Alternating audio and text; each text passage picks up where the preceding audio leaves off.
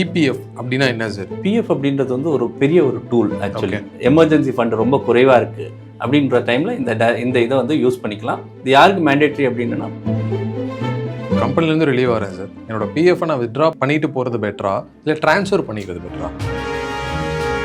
என் PF அக்கௌண்ட்டை நான் ரொம்ப வருஷம் தொடவே இல்லை சார். அதில் இருக்க என்னோட பணம் இன்னும் இன்ட்ரெஸ்ட்டை வந்து காம்பவுண்ட் பண்ணிக்கிட்டே இருக்குமா? ஆப்ஷனோட கம்பேர் பண்ணும்போது காம்பவுண்ட் ஆகாது. அதனால் ரிட்டையர்மெண்ட் டைம்லையோ இல்லை ரெசிக்னேஷன் ஆகி ஃபர்தராக எம்ப்ளாய்மெண்ட் தேடாத டைம்லையோ ஓகே இதுலேருந்து என்கேஷ் பண்ணி பிஎஃப் அமௌண்ட் மட்டும் வந்தால் போதும் ரிட்டையர்மெண்ட் சார்ட்டட் அப்படின்னு நினச்சிக்கிறாங்க. அது மட்டுமே உங்களுடைய ரிட்டையர்மெண்ட்டுக்கு போருமான்னு பார்த்தோன்னா பத்தாது.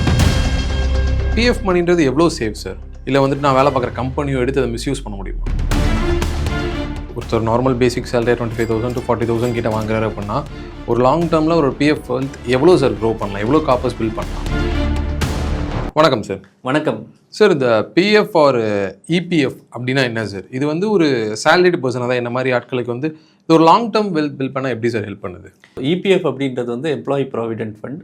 நம்மளுடைய எம்ப்ளாயர் நம்ம சேலரியிலேருந்து ஒரு அமௌண்ட்டை வந்து டிடெக்ட் பண்ணுவார். அது ஜென்ரலாக வந்து பேசிக் ப்ளஸ் டிஏ இந்த அமௌண்ட்லேருந்து ஒரு 12% வந்து டிடெக்ட் ஆகும். அதாவது எம்ப்ளாயி சைட்லேருந்து 12%, எம்ப்ளாயர் ஒரு 12% கொடுப்பாரு. ஸோ அந்த எம்ப்ளாயர் 12%லேருந்து ஒரு 8.33% வந்து இந்த கார்பஸோட ஆட் ஆகும். மீதி இருக்கிறது வந்து இபிஎஸ்க்கு போகும். இது லாங் டேர்மில் ஒரு அமௌண்ட்டாக பில்டப் ஆகும். இது யாருக்கு மேண்டேட்ரி அப்படின்னா 15,000க்கு சேலரி கம்மியாக இருக்கிறவங்களுக்கு வந்து மேண்டேட்ரி. ஓகே. 15,000 மேலே இருக்கிறவங்களுக்கு வந்து இது மேண்டேட்ரி கிடையாது, optional. But most of the corporates அவங்க வந்து இதை வந்து டிடெக்ட் பண்ணி அதை வந்து கொடுக்க ஆரம்பிச்சிருவாங்க. சார், இப்போ நான் ஒரு கம்பெனிலேருந்து ரிலீவ் ஆகிறேன் சார், என்னோட பிஎஃப் நான் வித்ட்ரா பண்ணிட்டு போகிறது பெட்டரா இல்லை ட்ரான்ஸ்ஃபர் பண்ணிக்கிறது பெட்டரா? ஏன்னா நீங்கள் தான் சொல்லியிருக்கீங்க எதுலேயுமே வந்து கரெக்டான டெசிஷனோட ஸ்மார்ட்டாக எடுக்க கற்றுக்கோங்க அப்படின்னு சொல்லி. எது சார் ஸ்மார்ட்டாக இருக்கும்? ஒரு கம்பெனிலேருந்து போகிறாரு, அந்த கம்பெனியில் பிஎஃப் சிஸ்டம் இருக்கும் டெஃபினட்டாக. ஓகே. அப்போ வந்து இந்த அமௌண்ட்டை வந்து அங்கே ட்ரான்ஸ்ஃபர் பண்ணுறது நல்லது. ஓகே. ஏன்னா பேஸ் வந்து ஒரு யூஏஎன் நம்பர்னு இருக்குது, ஒரு யூனிவர்சல் அக்கௌண்ட் நம்பர்னு ஒன்று. ஓகே. அந்த அக்கௌண்ட் பேஸ் பண்ணி தான் இருக்கும். இதை அப்படியே ட்ரான்ஸ்ஃபர் பண்ணிட்டேன்னா அங்கே ஒரு புது அக்கௌண்ட் வந்து க்ரியேட் ஆகாது. ஸோ அது அப்படியே கண்டினியூ ஆகும். இதே அமௌண்ட்டை வந்து கண்டினியூ ஆகிறது வந்து ரொம்ப ரொம்ப நல்லது. அதுதான் கவர்மெண்ட்டும் விரும்புது. ஸோ இந்த அமௌண்ட்டை அப்படியே ட்ரான்ஸ்ஃபர் பண்ணுறது வந்து தி பெஸ்ட் டிசிஷன்.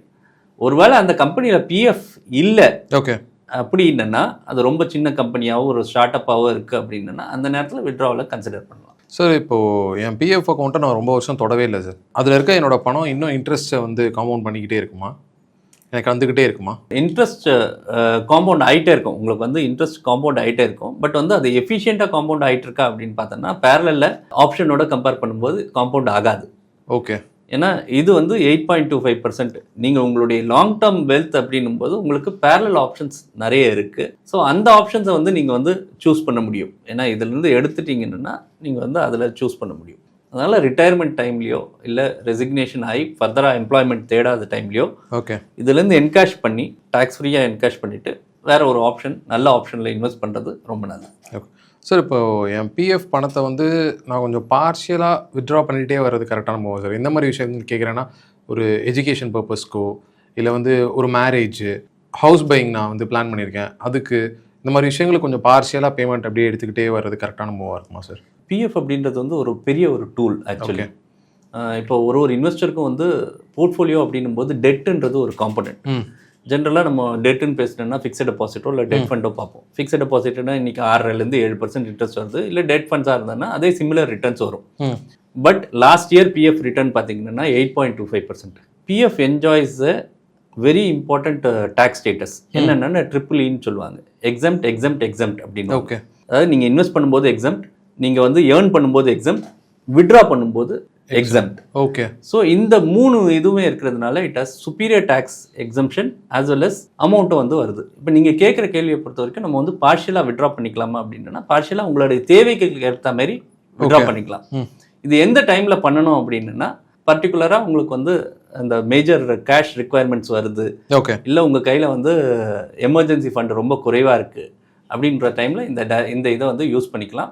சில நேரத்தில் ஹவுசிங் கன்ஸ்ட்ரக்ஷன்ஸ்க்கு வருது, இல்லை ஹவுசிங் வாங்கணும்னு நினைக்கிறீங்க, அந்த நேரத்துலையும் யூஸ் பண்ணிக்கலாம். சார், இப்போது நிறைய பேர் பிஎஃப் அப்படின்ற ஒரு விஷயத்தை பற்றி பேசினாலும் என்ன நினச்சிக்கிறாங்கன்னா பிஎஃப் அமௌண்ட் மட்டும் வந்தால் போதும் ரிட்டையர்மெண்ட் சார்ட்டட் அப்படின்னு நினச்சிக்கிறாங்க. ஸோ உண்மையிலுமே அது ஒரு கரெக்டான மூவா இல்லை அலாங் வித் தட் அதோட சேர்த்து நம்ம இந்த மியூச்சுவல் ஃபண்ட், என்பிஎஸ் இந்த மாதிரி விஷயங்களும் பண்ணுமா சார்?